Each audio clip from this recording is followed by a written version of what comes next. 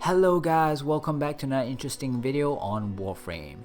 This video is gonna be a little bit more casual because I'm kinda in a hurry, so it's not gonna be scripted either. Sorry if I make any mistakes. I'm sorry. Anyways, yeah, let's get straight into it. So we all know to focus on the Grineers because how armor works and how they scale. If you do not be prepared, you're gonna suffer, or they're gonna get really tough at later games. So this is also why a lot of YouTubers, a lot more experienced player will tell you to focus on things like puncher damage, or if you have a high status chance, even if you don't, go for corrosive. And also if you attack really quickly, like from what you see in my previous video, you could go for shattering impact to remove the armor. Now there is also another status effect that is pretty good on armor, which is bleed, because what bleed does is it does damage, but it totally ignores the armor. So forget about EHP and all that stuff, it goes straight into the clone flash and deals damage there. So yeah, let's talk about bleed. And now, to be effective with bleed, you need to focus on 3 factors. The first one is you need to have a weapon, or rather if you could do a high base damage. Now the reason why is because bleed is actually 35% out of your base damage. So if you have low base damage, you basically have low bleed damage. Okay, so that's the first factor. The second one is that you want to have high status chance. No point doing a lot of bleed damage if you can't get it to proc. Okay, so this is pretty, self-explainable. You just need high status chance to cause your proc. Now the third thing that you need is high slash damage. Now most weapons has the 3 physical damage types, which is impact, puncher, and slash, and then most likely you're gonna want to put in an element or 2. So when this happens, the chance of which status effect to proc is being diluted by all the others. Okay, and also if you've seen my previous video, you know that there's a maximum of up to only 2 status effect per hit. So this is why it's so important, because let's say you have puncher and let's say you have heat as the highest, the ones with the highest damage on your weapon. You will actually, even though you have 100% status chance proc, you only see puncher and heat proccing more often than anything else. Okay, so this is why you want to have your slash damage as the highest damage in your weapon. Okay, now if you can have these 3 things, that weapon is going to be really strong. Okay, and also attack speed is an added bonus. If you could attack faster, you basically could proc more. You could do more, since bleed is also stackable, so you could actually cause more bleed and stack it up and do a lot more damage. So attack speed is also one of the factors, I guess you could say. Now if you have all these things, it will become an insane weapon, and this is why the Lesion is so good. In fact, if you go to YouTube right now and type in Lesion, and you could see a lot of people, some even claiming that this is the best weapon in the game.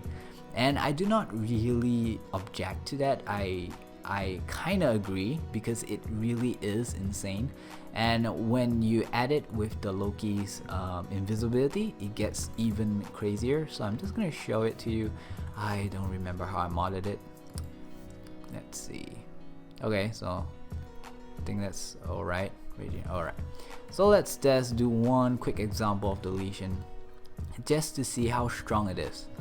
Okay, so remember, the main thing of the Lesion, why is it so strong, is actually because of the slash damage. So you can see already the slash is like kicking in and doing a lot of damage, and because I'm invisible, it's 8 times. Okay, now when I keep attacking, that slash just keep on stacking, and together with the condition overload and stuff, it just does a lot of damage. Okay, let's just see that again one more time. And also, sorry, that's my phone. And also if you have viral, oops, I'm gonna go out of invisible. Alright, if you have viral, it's gonna reduce the maximum health to half, so your bleed only have to deal with the other half of the health. So it really is really OP. So there you go. You saw that? It's crazy. Okay, so now we all agree that deletion is really good, but it's all because it has, or rather it fulfills all those requirements, which is you know, high base damage, high slash damage, and high status chance. Now what if I tell you right now that there is a way to, you know, to remove one of those factors, which is the status chance. Let's say if you could remove status chance in your factor, or let's say you can remove slash damage. That means you could use it on a puncher weapon. Okay, wouldn't that be great? Wouldn't that make other weapons just as good as deletion? And the answer is yes, but sadly there are some constraints which we'll talk about. The dual Zorn is a type of dual sword, so I'm going to show you what I'm trying to say here. As you can see, it has a good slash damage, very poor status chance at only 5%. Attack speed is good. You know, overall damage, I guess it could be better, because when you only look at its original base damage, it's actually a lot lower than deletion. So overall, I would say it's not really that good. But because all dual sword weapon, now I did not look this up because I couldn't find any of this information in wiki or anywhere else. Apparently dual swords could do almost 100% bleed proc with a ground finisher. Okay, so it doesn't matter what your status chance is, it doesn't matter what you know, what elements you have. If your puncher so happen your dual sword for some weird reason does higher puncher or impact damage, it doesn't matter, because when you do that finisher, it's gonna do a slash damage. So over here I have a dual Zoran, and you know what, let's just see how I modded it. Okay, I'm just gonna remove all this thing, and attack speed is not really an issue here, because you're only gonna do that finisher, that ground finisher damage. So what you really want to do is just make him fall down and hit him once with a ground finisher, and that's all. So let's just see how this works. So again, for comparison's sake, I'm gonna get the 8 times multiplier as well. So from here, you're gonna do a slam attack. He falls down the ground, go close to him, do a finisher, and watch him bleed to death. Alright, now I'm not sure if you would consider that as really good, because to me it is. So let's just do it again and see how it works. Oh man, going to appear soon. Let me just wait this out. Whoop. Oh, thank god I did not die. Okay, so slam to make him, oh shit, slam to make him fall down, and and a finisher. There you go, and he dies. Okay, so the finisher actually does 400% extra damage, or not extra, sorry, 400% damage. So from your normal damage, and then since it's a guaranteed bleed, so that is basically what happened. The bleed will get the 35% out of the finisher damage, with which does 400 damage. You get what I mean? Okay, now some people are not big on doing a slam attack first, because for this to work you have to go all the way there, you have to do a slam attack, and then you have to do your finisher, ground finisher attack. Okay, so if you're not big on slam attacks, you can actually use something else. You can use the twin Basolk. Okay, the reason why is because by default the twin Basolk has a 40% status chance. This means that only with two, let me just get this right, only with 2 dual sets mods, okay, it'll go up to 88%. Okay, if you have another one, it'll go more than 100%, but we're just gonna look at 88%, because 88% is really close to 90%, and I think that's good enough. So when you have blast on, the enemy is gonna keep falling down. If you have drifting contact, this will buff the status chance to 100%, and that will mean every single hit will cause the enemy to fall down. Now, this is not like any other weapon because it doesn't have physical damage types, okay? And since blast is the only one here, it will guarantee a status chance, and it always will be blast. This is why every single hit will knock the enemy down. If you have physical types, like let's say you have slash in it and the slash is high, it might proc slash instead of blast and stuff like that. So it's not a guarantee every hit knockdown sort of thing. Okay, so let's say I have all this on. Yeah, where is it? I'm gonna get finishing touch because this does help with the ground finisher damage. Okay, so now we can see what happens.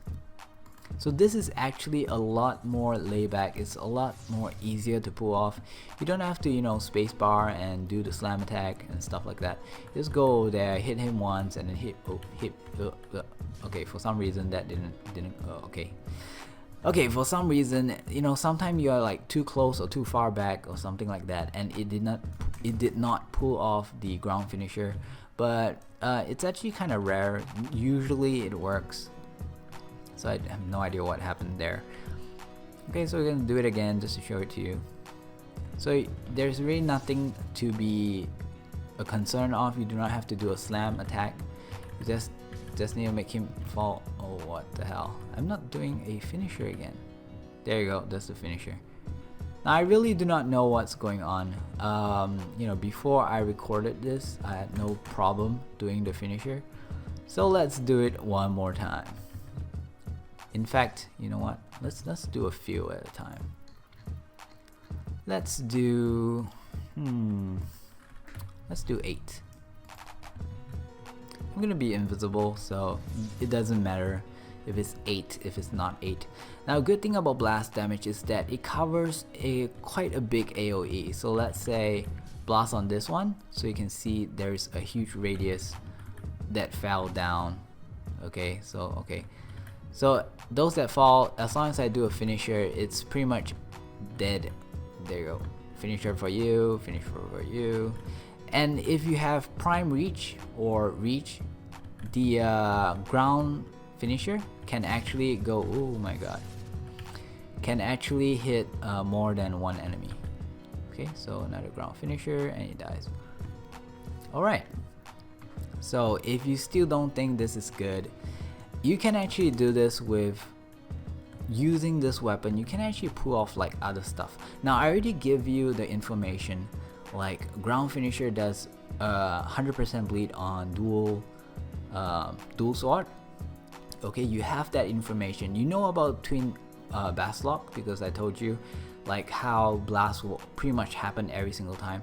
So you can actually be creative and do other things. Like for example, if you have a Nidus, and I do not know how you guys would prefer to mod it, but the way I mod for this Nidus is that I have really low power duration. Okay, only 12%.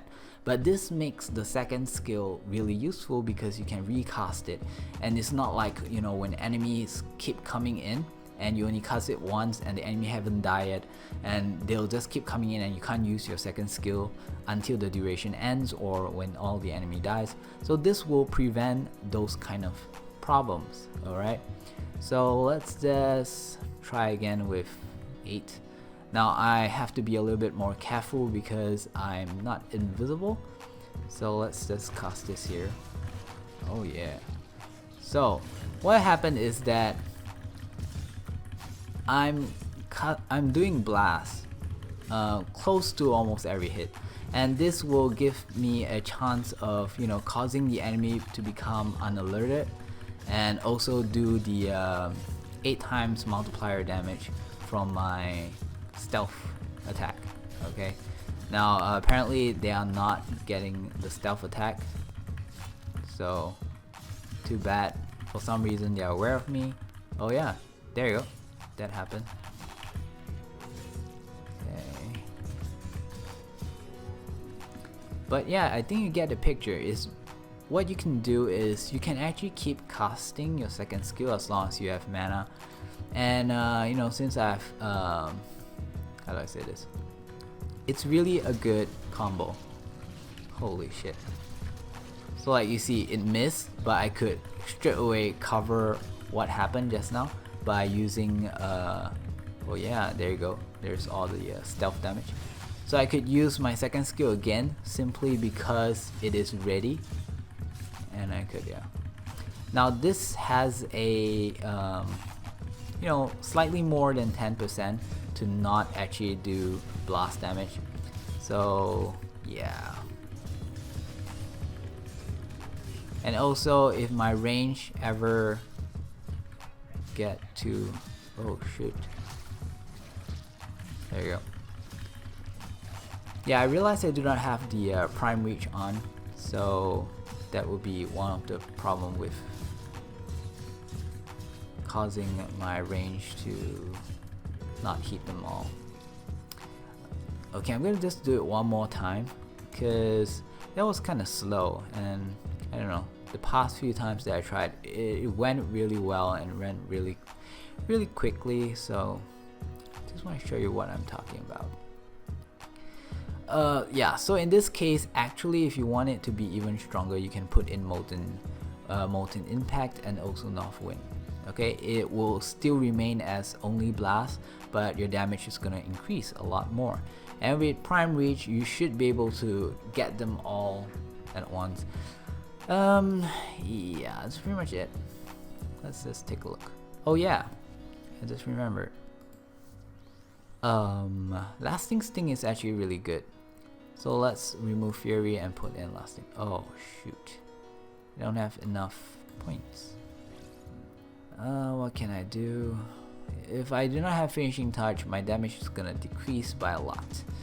So I think I'm gonna just change it with this, and I'm gonna have back my Fury.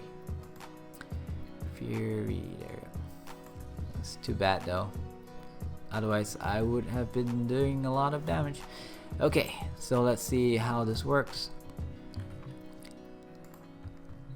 And you saw it. You saw how it works. It's just, let's see if I could do it a little bit better. Okay, pull them all together, and let's start the whacking. Oh yeah.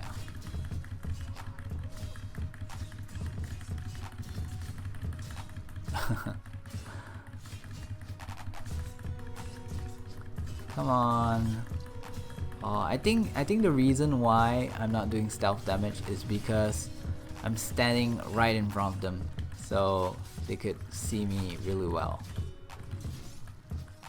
Wait, is that it? Yeah, so I'm supposed to be behind them when I hit them, so that the stealth damage will come up. Oh well, you get the picture.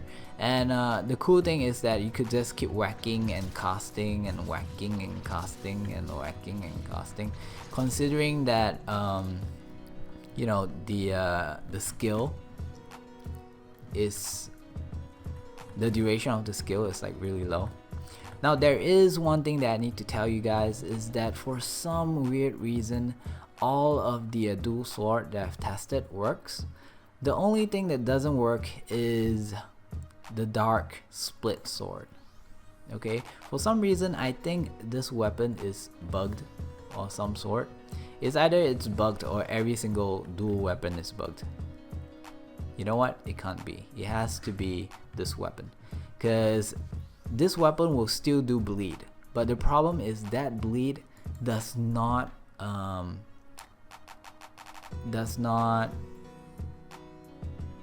bypass the armor, and that's what I'm trying to say. Yeah, so that is really weird, because imagine a bleed that does not bypass armor. Like what?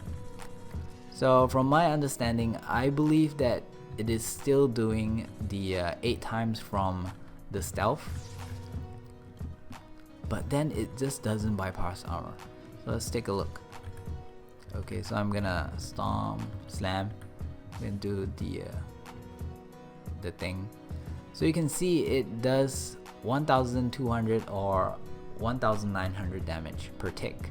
okay, and that is the reason why is because it doesn't bypass armor. Look, if I were to do a normal attack, sorry, let's see if I were to do this. Holy shit. Okay, that was a bad call. Now because the weapon is radiation, so it actually turns the other enemies against him and turns him against all the other enemies. So I died because the other enemies was actually shooting at him and I was just there to enjoy the bullets. Okay, anyway, you get what I mean. This weapon is only this weapon has that problem. So all the other dual sword will pretty much one hit kill if you have lasting sting, finishing touch, and a pressure point. And I think that's pretty much it. So yeah, the bleed still comes out with this weapon. It's just that the bleed doesn't seem to bypass the armor. It's either that or yeah, I think that's the only explanation. Yeah, I don't think it's because it didn't take in the stealth multiplier, because it could be that it did not do a damage considered as a stealth damage. So there's two possibilities here. Either it doesn't do stealth damage, or it doesn't the bleed does not ignore the armor. So let me know what you guys think, and if anyone find out what is the bug, if it's you know, ignoring the armor, if it's not ignoring the armor, or if the bleed is not taking the 8 times multiplier. And also let me know if you come up with any new combos or anything like that from what you learned in this video. I think there is some potential, especially for those that don't mind the slam attack followed by a finisher. And this really opens up new, you know, new builds where you can have this thing on, which a lot of people don't really use, and also lasting sting.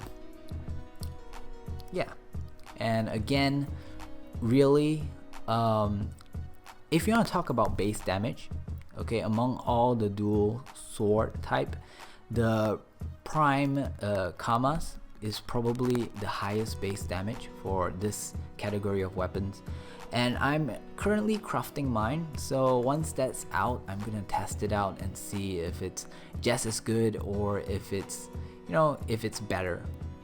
Now, since it's always a slash proc when a ground finisher is done, it doesn't matter whether it is the only damage type or not.